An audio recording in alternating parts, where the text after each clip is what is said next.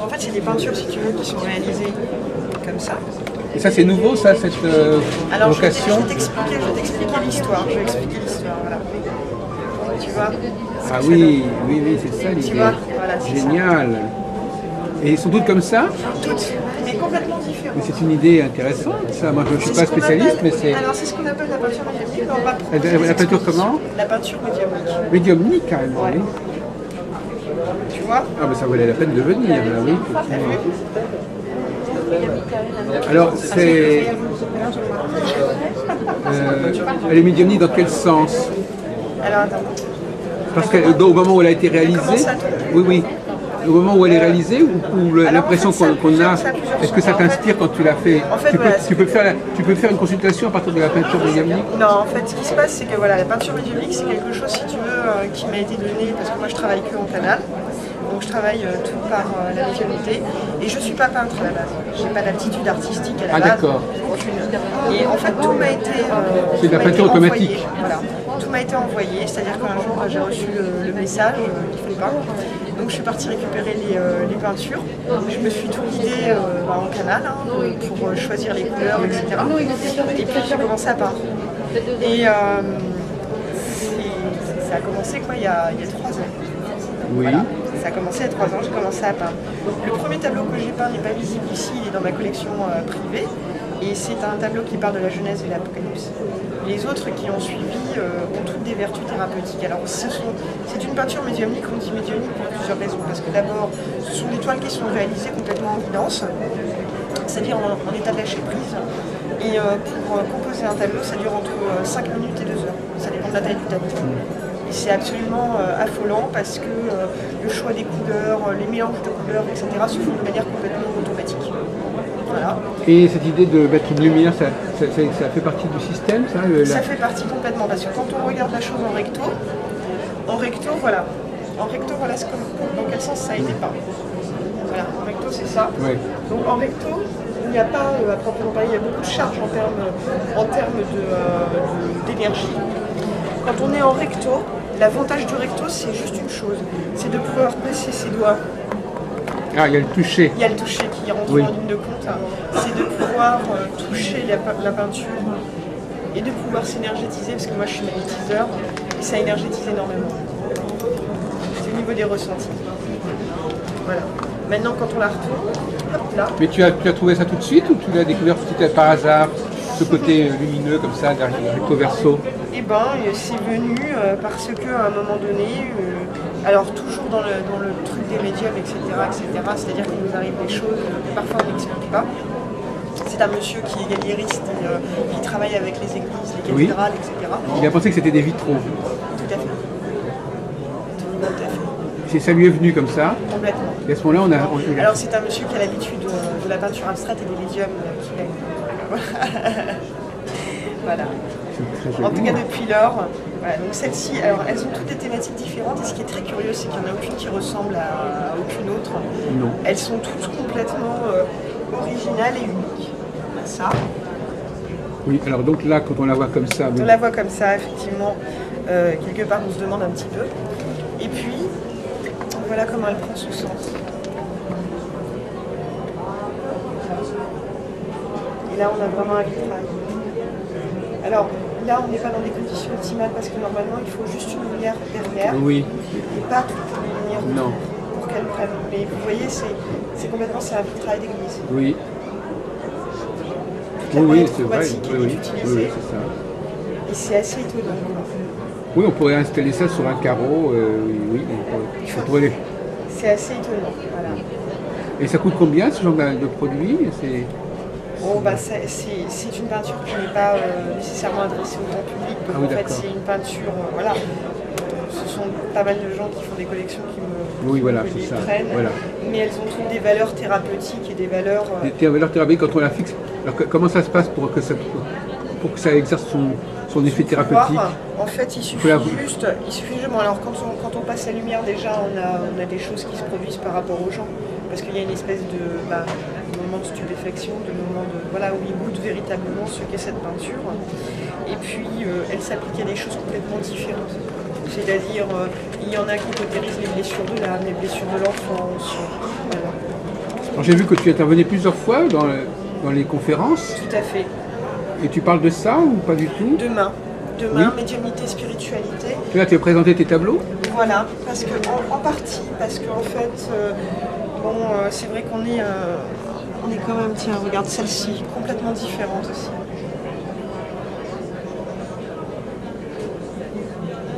Moi, je suis plutôt dans la musique automatique, moi. Dans la musique automatique? Oui, je suis compositeur, oui. Oui, ça le fait aussi. Pardon? Ça fait aussi des choses. Oui. Enfin, je peux pas travailler avec la lumière, mais effectivement, il y a des... Il faut voir s'il y a des effets thérapeutiques. Alors, tu as pu vérifier que ça avait des... Tu as pu vérifier ça? Oui, ouais, ça accompagne complètement les gens. Oui. Complètement, ça... Mais est-ce que chaque peinture a ses effets propres ou c'est de manière générale Elle a des effets propres. Par exemple, celle-ci, elle agit sur l'émotionnel, sur le chakra du cœur, en fait. Oui. Ce qu'on appelle communément le chakra du cœur, tu vois. Celle-ci, elle agit là-dessus. Oui, celle-là est impressionnante. L'émotionnel, hein. Oui. C'est l'émotionnel. On voit un visage, en fait. Un visage. Au fond. Oui. Ce qui est très curieux, c'est que quand j'ai composé cette peinture, moi, je suis en guidance. Donc, en fait, il n'y a pas d'effet sécurisé. Et en fait, au départ, j'ai créé la peinture comme ça, recto. Et au verso, ça m'est venu d'écrire quelque chose. Ce qui est curieux, c'est quand on le fait au verso, oui. C'est pas tout le tableau qui apparaît, c'est uniquement ce cœur. Oui, c'est que les autres. Alors que les autres, c'est presque tout, non? Ça dépend desquels. Ah oui. Oui, c'est curieux, c'est que tu as mis ta peinture de manière telle qu'il n'y a que cette partie centrale qui émerge vraiment. Ici, voilà, on a quelques couleurs. Oui. Voilà. Mais on n'a pas autant que les autres, mais on a surtout ça. Oui. Ce qui travaille surtout les énergies plexus solaires. Mais c'est terminé ce travail ou tu continues à en faire? Ah, je continue à en faire, oui. Je continue à en produire. Mais là, maintenant, tu sais ce que tu fais maintenant, tu sais. Je lis mieux, etc. Ouais, je sais. Regarde celle-ci. Quand elle a été composée, elle était comme ça, en fait. Elle est à lire, enfin, comme ça, recto. Et quand tu l'as fait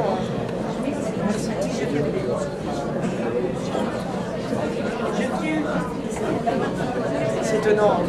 Oui, ça me vient, c'est vraiment intéressant.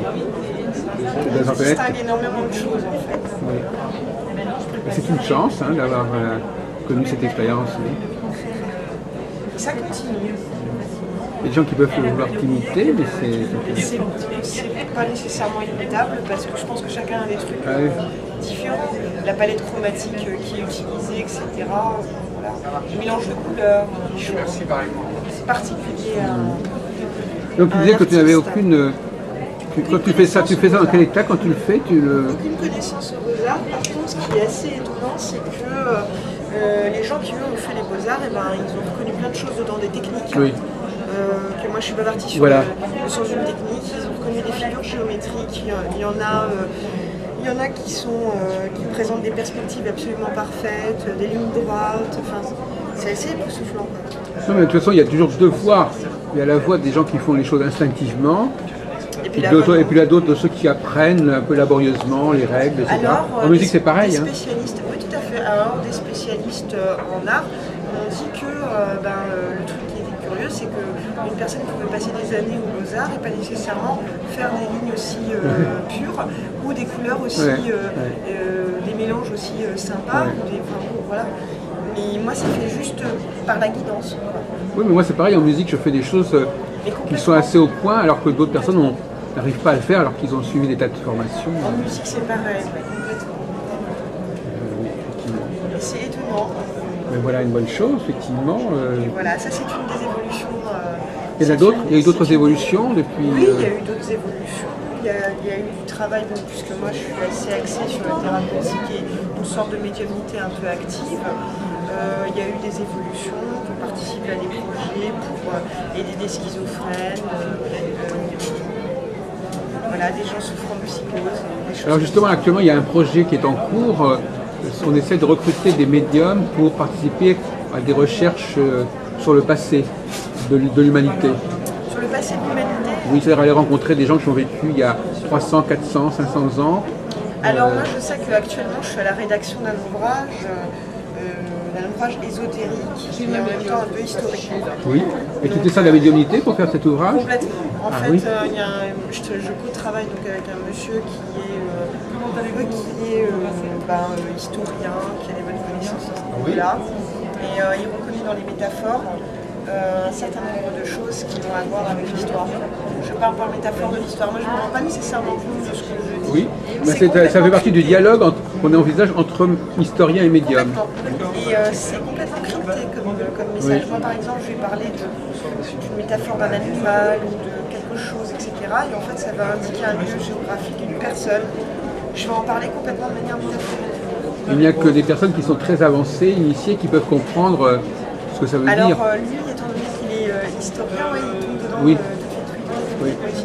Donc il y a plusieurs façons de travailler avec les historiens, donc celle-là, mais il y en a d'autres qui consistent carrément à convoquer un personnage, un esprit qui représente un personnage du passé, et de le faire rencontrer un spécialiste de ce personnage. Pourquoi pas, mais en même temps c'est pas ma manière de fonctionner. Non, mais je ne dis pas que c'est ta manière, mais tu peux essayer. Moi j'ai fait avec beaucoup de médiums, on dit voilà, on te donne le nom, on dit par exemple je veux communiquer avec, je sais pas moi, avec Mazarin par exemple, et puis le médium se branche sur Mazarin, et puis la personne qui connaît bien Mazarin pose des questions sur ses relations par exemple, avec la reine de France, qu'est-ce qu'il a fait, etc. Sur des questions historiques qui ne sont pas tout à fait résolues. Ah, je pratique ça, mais en fait, ça c'est dans le cadre de consultations, on va dire. C'est dans le cadre des consultations de mon cabinet où en fait il y a des gens qui veulent creuser des points. Ah bon? Sur des travaux de recherche, des travaux historiques? Ça arrive que je sois contactée pour ça, voilà. Pour la généalogie. Ah oui. Voilà. Et là, donc c'est ça. Donc je crois que le médium, ils vont jouer de plus en plus de rôles dans une sorte de synergie et de collaboration avec les historiens. Parce que les historiens eux-mêmes, ils n'ont pas tous les éléments, ils ont besoin de... Là, il y a la partie livre un petit peu ésotérique, initiatique. Il y a une partie donc, sur les travaux de peinture, donc ça touche au domaine artistique et en même temps art thérapeutique. Il y a une partie aussi pour aider les gens qui ont des problèmes, on va dire, d'ordre psychiatrique, puisque je collabore aussi. Donc voilà, en fait, il y a beaucoup de possibilités pour améliorer. C'est-à-dire, il y a beaucoup de possibilités de pouvoir contribuer à beaucoup de choses. Oui, bien sûr, oui. Mais moi je reste... actuellement, je pense que quand on connaît bien l'histoire, on sait qu'il y a beaucoup d'énigmes. Il y a beaucoup de points qui ne sont pas résolus et les historiens, ils sont un petit peu comme ça, en attente. Moi, par exemple, dans le livre que je suis en train d'écrire, c'est des flashs en fait. Il y a des flashs sur des personnages, des choses, etc. Oui, c'est ça. Il a bien compris, c'est bien, mais je crois que ça revalorise le personnage du médium parce qu'on voit que ce médium, finalement, il peut servir à contribuer à la recherche scientifique, à la recherche historique, parce que la recherche historique, elle a beaucoup de difficultés. Alors, il y a en recherche historique, on sollicite aussi en héraldique, on sollicite en recherche familiale. Même par exemple pour les anciens savoirs comme l'astrologie, le tarot, on pourrait effectivement utiliser la médiumnité on reçoit des informations pour améliorer ou pour restaurer des choses. J'ai aussi des personnes qui viennent me consulter pour améliorer des méthodes de tarot, des choses comme ça. Comment pour améliorer? Oui. Les méthodes. Oui, c'est ça, les méthodes. Oui, il y en a qui viennent pour savoir avec quel instrument ils sont susceptibles de travailler. Il paraît qu'en astrologie, justement, il y a beaucoup de voyants qui ont travaillé. Je ne sais pas si tu connais la question des degrés, ce qu'on appelle les degrés monomères, c'est-à-dire que chaque degré du zodiaque a des images. Ah ouais. Il y a plusieurs traditions comme ça. Donc il y a des voyants, on leur a demandé, voilà, le premier degré du Sagittaire, deuxième degré du Sagittaire, et chaque fois il y a une image. Et les astrologues aiment beaucoup ce genre de choses maintenant. C'est pas étonnant, mais moi, l'astrologie, j'ai pas voilà. C'est une forme d'astrologie assez particulière, mais pour chaque signe zodiacal, il y a 30 images. Et il y a des grands astrologues qui ont travaillé avec des voyants comme ça ça permet de compléter l'astrologie. Mais alors donc finalement, pour revenir au tarot, alors qu'est-ce qu'on a pu élucider comme problème? Par exemple, au niveau des méthodes, par exemple, compléter des méthodes, c'est-à-dire utiliser en croisement plusieurs types de tarot pour obtenir plus de précision par rapport aux prédictifs. Alors comment tu as fait pour avancer dans ce domaine? La personne elle est venue et puis puis elle a porté tous ses jeux de tarot avec, elle m'a montré comment on pouvait faire ci et ça, et puis moi en fait j'ai complété en lui montrant comment on pouvait faire ci et ça, etc. Et ça t'était donné? Complètement en direct. Tout est en direct en fait, tout est en channel, finalement. On parle beaucoup du channeling ici et là, mais finalement c'est quoi le channeling? C'est un canal avec des informations directes. Et donc tu lui as proposé de rapprocher tel et tel jeu, pourquoi? Tout à fait, de mettre dans le tirage, voilà, dans le tirage, de poser un des jeux comme ceci, un autre jeu comme cela, de compléter par-dessus avec un autre jeu comme ça. Et, voilà. Et ça donnait des résultats intéressants après. Ça donnait des résultats carrément intéressants parce qu'on avait un aperçu de l'avenir, de l'état d'esprit, donc du psychologique, alors que c'est super dur à cerner au niveau du tarot, et plus de la finalité renforcée par un certain nombre d'arcanes d'un autre jeu. Oui, mais alors justement, au niveau des recherches, il y aurait beaucoup de choses. Au niveau aussi bien du tarot, par exemple, il y a beaucoup de gens qui travaillent. Beaucoup de directions. Oui, il y a beaucoup. On va dans beaucoup de directions. Des tarologues. Les domaines de prédilection, c'est la santé finalement, dans le sens où tu vois le côté psychologique des choses. C'est l'artistique avec la peinture, etc. L'écriture, c'est la symbolique. Voilà. Oui. Ce sont mes domaines de prédilection. Justement, à propos de la symbolique, toi, tu ne pratiques pas le tarot spécialement? Non, pas du tout. Moi, je travaille sans aucun support. Parce que, non, mais je veux dire, en dehors du support, ça pourrait être intéressant que tu réfléchisses sur le tarot pour voir justement s'il n'y a pas des clés qui se sont perdues ou des... Parce qu'il y a un problème d'ordre des cartes ou des... Et par exemple, ici, il y a beaucoup de gens qui travaillent sur le tarot. Je sais pas si vous connaissez Madame Madge.